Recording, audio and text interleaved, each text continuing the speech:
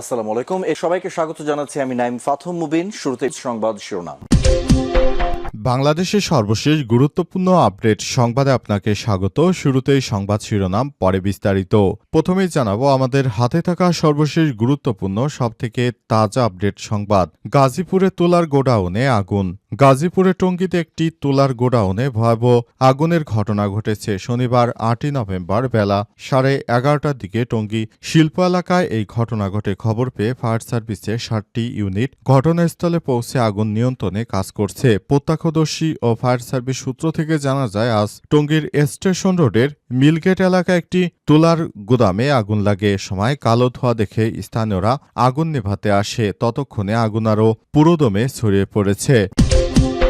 এরপর জানাবো সারা রাত ডিউটি শেষে সকালে পুলিশ সদস্যের মৃত্যু। কুমিল্লার বুড়িচং থানায় কর্মরত মোহাম্মদ আশরাফ 43 নামে এক পুলিশ সদস্য সারা রাত ডিউটি করার পর হৃদরোগে আক্রান্ত হয়ে মারা গেছেন। আজ দেবিদ্বার উপজেলা স্বাস্থ্য কমপ্লেক্সে মারা যান তিনি। নিহত পুলিশ সদস্য বুড়িচং থানাধীন দেবপুর ফাঁড়িতে কনস্টেবল পদে কর্মরত ছিলেন। এদিকে জামাতের সঙ্গে আলোচনায় বসতে রাজি হয়নি বিএনপি, বললেন হামিদুর রহমান। জামাতের সঙ্গে আলোচনায় বসতে রাজি হয়নি বিএনপি বলে জানিয়েছে বাংলাদেশ জামাত ইসলামের সেক্রেটারি জেনারেল হামিদুর রহমান আজাদ। আজ রাজধানীর হোটেল ইন্টারকন্টিনেন্টালে নির্বাচনী ইশতেহারে প্রযুক্তির ব্যবহার শীর্ষক সেমিনারে তিনি এসব কথা জানান। অনুষ্ঠানে আর উপস্থিত ছিলেন বিএনপির স্থায়ী কমিটির সদস্য আমির খসরু মাহমুদ চৌধুরী ও প্রধান উপদেষ্টার পেশ সচিব শফিকুল আলম। জানাবো 2 দিনের সফরে নিজ জেলা পাবনায় রাষ্ট্রপতি। 2 দিনের সফরে নিজ জেলা পাবনায় পৌঁছেছেন রাষ্ট্রপতি মোহাম্মদ শাহাবুদ্দিন। আজ 9:40 তিনি পাবনার শহীদ অ্যাডভোকেট আমিন উদ্দিন স্টেডিয়ামে এসে পৌঁছান। এ সময় পাবনা জেলা প্রশাসক মোহাম্মদ মফিজুল ইসলাম ও পুলিশ সুপার মোর্তজা আলী খান তাকে স্বাগত জানায়। পরে 9:45 সার্কিট হাউসে উপস্থিত হয়ে গার্ড অব অনার গ্রহণ করেন তিনি। এবং সর্বশেষ জানাবো ইন্দোনেশিয়ায় মসজিদে ভয়াবহ বিস্ফোরণ, 54 জনের অবস্থা খুবই খারাপ। এ বিষয়ে চাঞ্চল্যকর তথ্য দিল পুলিশ। ইন্দোনেশিয়ার রাজধানী জাকার্তায় নামাজের সময় একটি উচ্চ বিদ্যালয়ের মসজিদে বিস্ফোরণে কমপক্ষে 54 জন গুরুতর আহতের ঘটনায় চাঞ্চল্যকর তথ্য পেয়েছে পুলিশ। হামলায় জড়িত থাকার ব্যাপারে যাকে সন্দেহ করা হচ্ছে তিনি একজন 17 বছর বয়সী শিক্ষার্থী। প্রত্যক্ষদর্শীরা জানিয়েছেন, তারা দুপুরের দিকে ঠিক যখন খুতবা শুরু হয় তখন জাকার্তার উত্তর কেলাপা গ্যাডিংপাড়ার একটি নৌবাহিনী কম্পাউন্ডের মধ্যে অবস্থিত রাষ্ট্রীয় উচ্চ বিদ্যালয়ের মসজিদের ভেতর এবং বাইরে কমপক্ষে 2টি জোরে বিস্ফোরণের শব্দ শুনতে পায়। পুলিশ জানিয়েছে একটি খেলনা সাবমেরিন বন্দুক উদ্ধার করেছে তারা। এতে আধিপত্যবাদী স্লোগান লেখা ছিল। এই ঘটনায় সন্দেহভাজন ব্যক্তি 17 বছর বয়সী এক ছাত্র। তার অস্ত্রোপচার চলছে, তবে তিনি কোনো বিস্তারিত তথ্য এখনও জানাতে পারেননি। প্রিয় দর্শক, এতক্ষণ শুনছিলেন সংবাদ শিরোনাম, এবারে বিস্তারিত। তবে তার আগে বন্ধুরা অনুরোধ থাকবে এই সংবাদটিতে একটি লাইক দিন। এই চ্যানেলে আপনি নতুন হয়ে থাকলে আমাদের সংবাদটি দেখতে দেখতে চ্যানেলটি সাবস্ক্রাইব করে রাখুন। কমেন্ট করে বন্ধুরা আপনার মূল্যবান মতামত জানিয়ে দিন আপনি বিশ্বের কোন দেশ থেকে বা বাংলাদেশের কোন স্থান থেকে আমাদের সংবাদটি দেখছেন এবং শুনছেন। আর বন্ধুরা, সংবাদটি আপনার সোশ্যাল মিডিয়া ফেসবুকে শেয়ার করে বন্ধুদেরও দেখার সুযোগ করে দিন। এবারে বিস্তারিত। গাজীপুরে তুলার গোডাউনে ভয়াবহ আগুন। গাজীপুরে টঙ্গীতে একটি তুলার গোডাউনে ভয়াবহ আগুনের ঘটনা ঘটেছে। শনিবার বেলা 11:30টার দিকে টঙ্গী শিল্প এলাকায় ঘটনা ঘটে। খবর পেয়ে ফায়ার সার্ভিসের 7টি ইউনিট ঘটনাস্থলে পৌঁছে আগুন নিয়ন্ত্রণে কাজ করছে। প্রত্যক্ষদর্শী ও ফায়ার সার্ভিস সূত্র থেকে জানা যায়, আজ দুপুরে টঙ্গী স্টেশন রোডের মিলগেট এলাকায় একটি তুলার গোদামে আগুন লাগার ঘটনা ঘটে। এ সময় কালো ধোঁয়া দেখে স্থানীয়রা আসে আগুন নেভাতে। ততক্ষণে আগুনের ভয়াবহতা আরও বেড়ে গেছে। পরে খবর পেয়ে টঙ্গী ফায়ার সার্ভিসের 7টি ইউনিট ঘটনাস্থলে গিয়ে আগুন নিয়ন্ত্রণে কাজ শুরু করেছে। বিষয়ে গাজীপুর ফায়ার সার্ভিসের সহকারী পরিচালক মোহাম্মদ মামুন বলেন, অগ্নিকাণ্ডের খবর পেয়ে ফায়ার সার্ভিস কর্মীরা আগুন নিয়ন্ত্রণে কাজ শুরু করেছে, তবে এখন পর্যন্ত আগুনের সূত্রপাত ও ক্ষয়ক্ষতির পরিমাণ জানা যায়নি। ইদানিং লক্ষ্য করা যাচ্ছে দেশের বিভিন্ন জায়গায় আগুনের ঘটনা ঘটছে।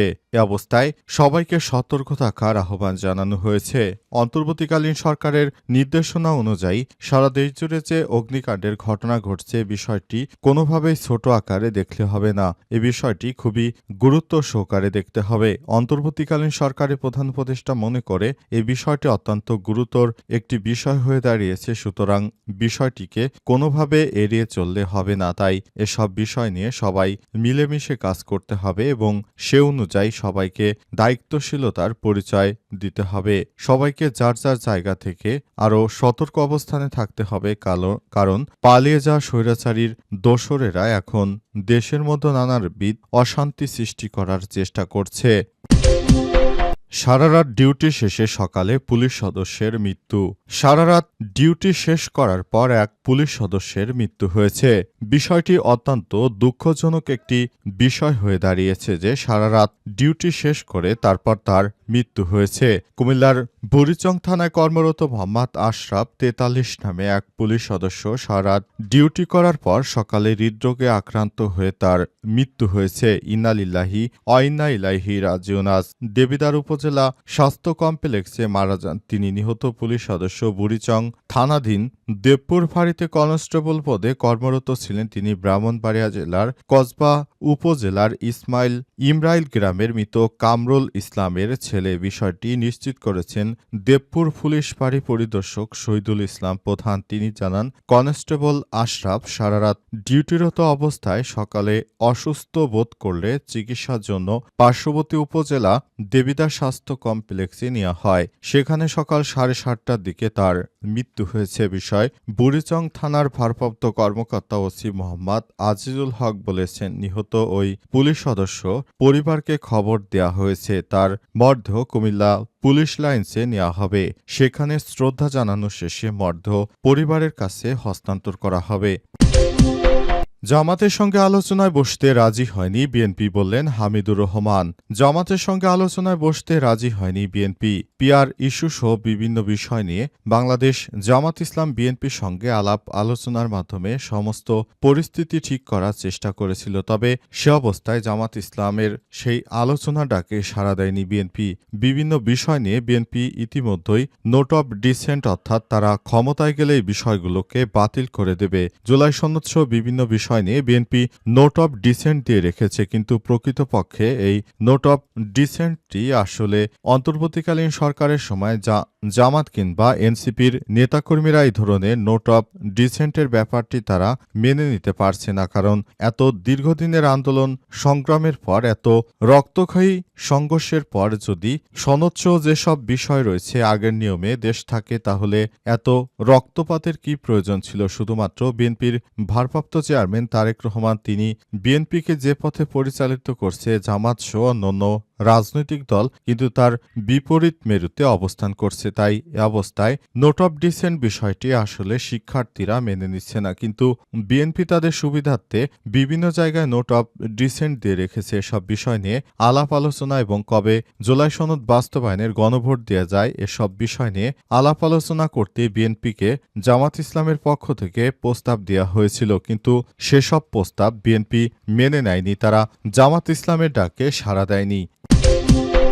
2 দিনের সফরে নিজ জেলা পাবনায় রাষ্ট্রপতি। 2 দিনের সরকারি সফরে নিজ জেলা পাবনায় পৌঁছেছেন রাষ্ট্রপতি মোহাম্মদ শাহাবুদ্দিন চুপ্পু। শনিবার 8ই নভেম্বর সকাল 9:40 তিনি পাবনার শহীদ অ্যাডভোকেট আমিন উদ্দিন স্টেডিয়ামে এসে পৌঁছানোর সময় পাবনা জেলা প্রশাসক মোহাম্মদ মফিজুল ইসলাম ও পুলিশ সুপার মোর্তজা আলী খান তাকে স্বাগত জানান। পরে 9:45 সার্কিট হাউসে উপস্থিত হয়ে গার্ড অব অনার গ্রহণ করেন তিনি। জানা যায় এদিন সকাল 11টায় পাবনা সদরের আরিফপুর কবরস্থানে মা বাবার কবর জিয়ারত করেন রাষ্ট্রপতি। সেখান থেকে 11:30 পাবনা শহরের কালাচাঁদ পার যুবলী ট্যাঙ্ক এলাকায় নিজ বাড়িতে আসেন। সফরের শেষ দিন রোববার 9 নভেম্বর সকাল 10:45 সার্কিট হাউসে গার্ড অব অনার গ্রহণ করবেন। 11টায় পাবনা স্টেডিয়ামের হ্যালিপ্যাডে উপস্থিত হবেন এবং বঙ্গভবনের উদ্দেশ্যে যাত্রা শুরু করবেন। প্রসঙ্গত 5 আগস্ট পরবর্তী সময়ে